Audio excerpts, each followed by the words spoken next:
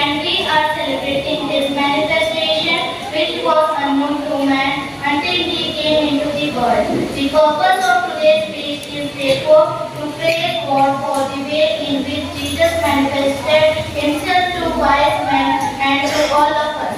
Let us acknowledge God's presence and participate worthily in this Eucharistic celebration.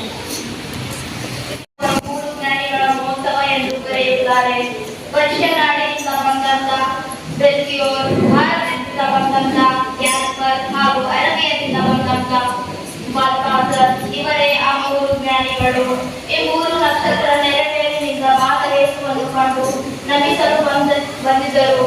ಇವರು ತನ್ನಂತ ಮೂರು ಕಾಣಿಕೆಗಳು ಚಿನ್ನ, ಧೂಪ ಮತ್ತು ರಕ್ತ ಗೋಳಗಳಲ್ಲಿ ಚಿನ್ನ ಏಸು ಅರಸನೆಂದು, ಧೂಪ ಏಸು ಯಾಜಕನೆಂದು, ಹಾಗೆ ರಕ್ತಗೋಳ ಏಸು ಪ್ರವಾದಿಯೆಂದು ಸಾರು ಹೇಳುತ್ತದೆ. ನಕ್ಷತ್ರದ ಹಾದಿಯಲ್ಲಿ ಹಿಡಿದು ಯೇಸುವನ್ನು ನಮಿಸಲು ಬಂದಂತ ಈ ಮೂವರು ಜ್ಞಾನಿಗಳಿಗೆ ನಮ್ಮ 2024ರಂದು ವ್ಯಾಟಿಕನ್ನಲ್ಲಿ ಪ್ರಪಂಚದ ಎಲ್ಲಾ ಭಕ್ತ ಜನರಿಗಾಗಿ ಜುಬಿಲಿ ವರ್ಷವನ್ನು ಪೋಪ್ ಫ್ರಾನ್ಸಿಸ್ ಅವರು ಉದ್ಘಾಟಿಸಿದರು.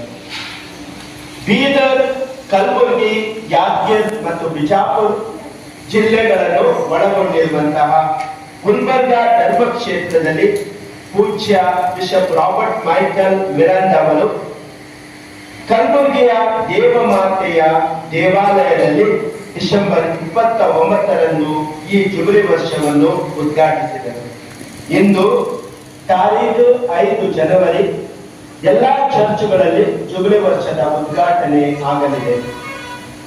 ಪ್ರತಿ 100, 50, 25 ವರ್ಷಗಳನ್ನು ಜುಬಿಲಿ ವರ್ಷವೆಂದು ಆಚರಿಸುವುದು ವಾಡಿಕೆ.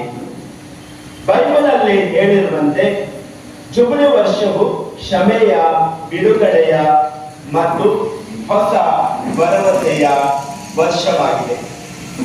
ಲೂಕನ ಶುಭ ಸಂದೇಶ ಅಧ್ಯಾಯ 4 ವಾಕ್ಯ 18ರಲ್ಲಿ ದೇವರಾತ್ಮ ನನ್ನ ಮೇಲಿದೆ, ದೀನ ದಲಿತರಿಗೆ ಶುಭ ಸಂದೇಶವನ್ನು ಬೋಧಿಸಲೆಂದು ಅವರನ್ನು ಅಭಿಷೇಕಿಸಿದ್ದಾರೆ, ಬಂಧಿತರಿಗೆ ಬಿಡುಗಡೆಯನ್ನು, ಅಂಧರಿಗೆ ದೃಷ್ಟಿದಾನವನ್ನು ಪ್ರಕಟಿಸಲೆಂದು ಶೋಷಿತರಿಗೆ ಸ್ವತಂತ್ರ ನೀಡಲು ದೇವರು ತಮ್ಮ ಜನತೆಯನ್ನು ಉದ್ಧರಿಸುವ ಕಾಲ ಬಂತೆಂದು ಸಾರಲು ಅವರು ನನ್ನನ್ನು ಕಳುಹಿಸಿದ್ದಾರೆ ಎಂದು ಯೇಸು ಸ್ವಾಮಿ ಘೋಷಣೆ ಮಾಡಿದರು.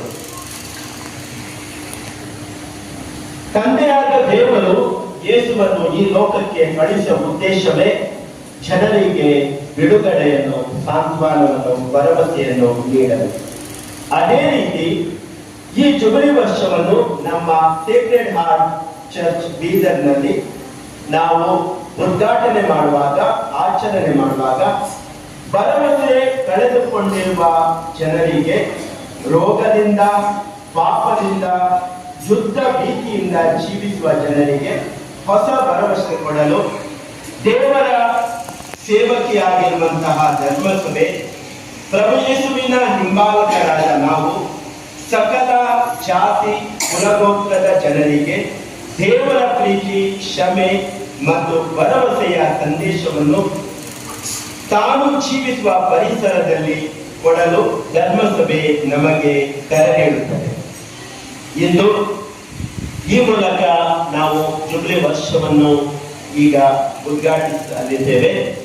ಆದುದರಿಂದ ಇಲ್ಲಿ ನೆರೆದಿರುವ ನಿಮಗೆಲ್ಲರಿಗೂ ಈ ಜುಬ್ಲಿ ವರ್ಷದ ಶುಭಾಶಯವನ್ನು ಕೋರುವಾಗ, ನಮ್ಮ ಜೊತೆ ಇಂದು ಬಂದು ಈ ಸಂದೇಶವನ್ನು ಕೊಡುತ್ತಿರುವಂತಹ ಪತ್ರಿಕಾ ಸಿಬ್ಬಂದಿಗಳಿಗೆ ನಾವು ತುಂಬ ಹೃದಯದಿಂದ ಕೃತಜ್ಞತೆ ಸಲ್ಲಿಸುತ್ತೇವೆ. ಎಲ್ಲರೂ ಕೈ ಚಪ್ಪಾಳೆ ತಟ್ಟಿ ಅವರಿಗೆ ಕೃತಜ್ಞತೆಯನ್ನು ಸಲ್ಲಿಸುವಾಗ ದೇವರು ಅವರೆಲ್ಲರನ್ನು, ನಮ್ಮೆಲ್ಲರನ್ನು ಆಶೀರ್ವದಿಸಲಿ ಎಂದು ಪ್ರಾರ್ಥಿಸೋಣ. ಒಂದು ನಿಮಿಷ ಎಲ್ಲರೂ ಕಣ್ಮುಚ್ಚಿ ಪ್ರಾರ್ಥಿಸೋಣ. ಸರ್ವಶಕ್ತ ದೇವರೇ, 2025 ಈ ಜುಬಿಲಿ ವರ್ಷವು ಪ್ರತಿಯೊಬ್ಬರಿಗೆ ಶಾಂತಿ, ಸಮಾಧಾನದ ವರ್ಷವಾಗಲಿ. ಪ್ರತ್ಯೇಕವಾಗಿ ಕಣ್ಣೀರಿನಿಂದ, ಕಷ್ಟದಿಂದ, ರೋಗದಿಂದ ಬಳಲುವವರಿಗೆ ಬಿಡುಗಡೆ ಮತ್ತು ಸಾಂತ್ವನದ ವರ್ಷವಾಗಲಿ. ಈ ಪ್ರಾರ್ಥನೆಯನ್ನು ಪ್ರಭು ನಿಮ್ಮ ಪವಿತ್ರ ನಾಮದಲ್ಲಿ ಮಾಡಿದ್ದೇವೆ.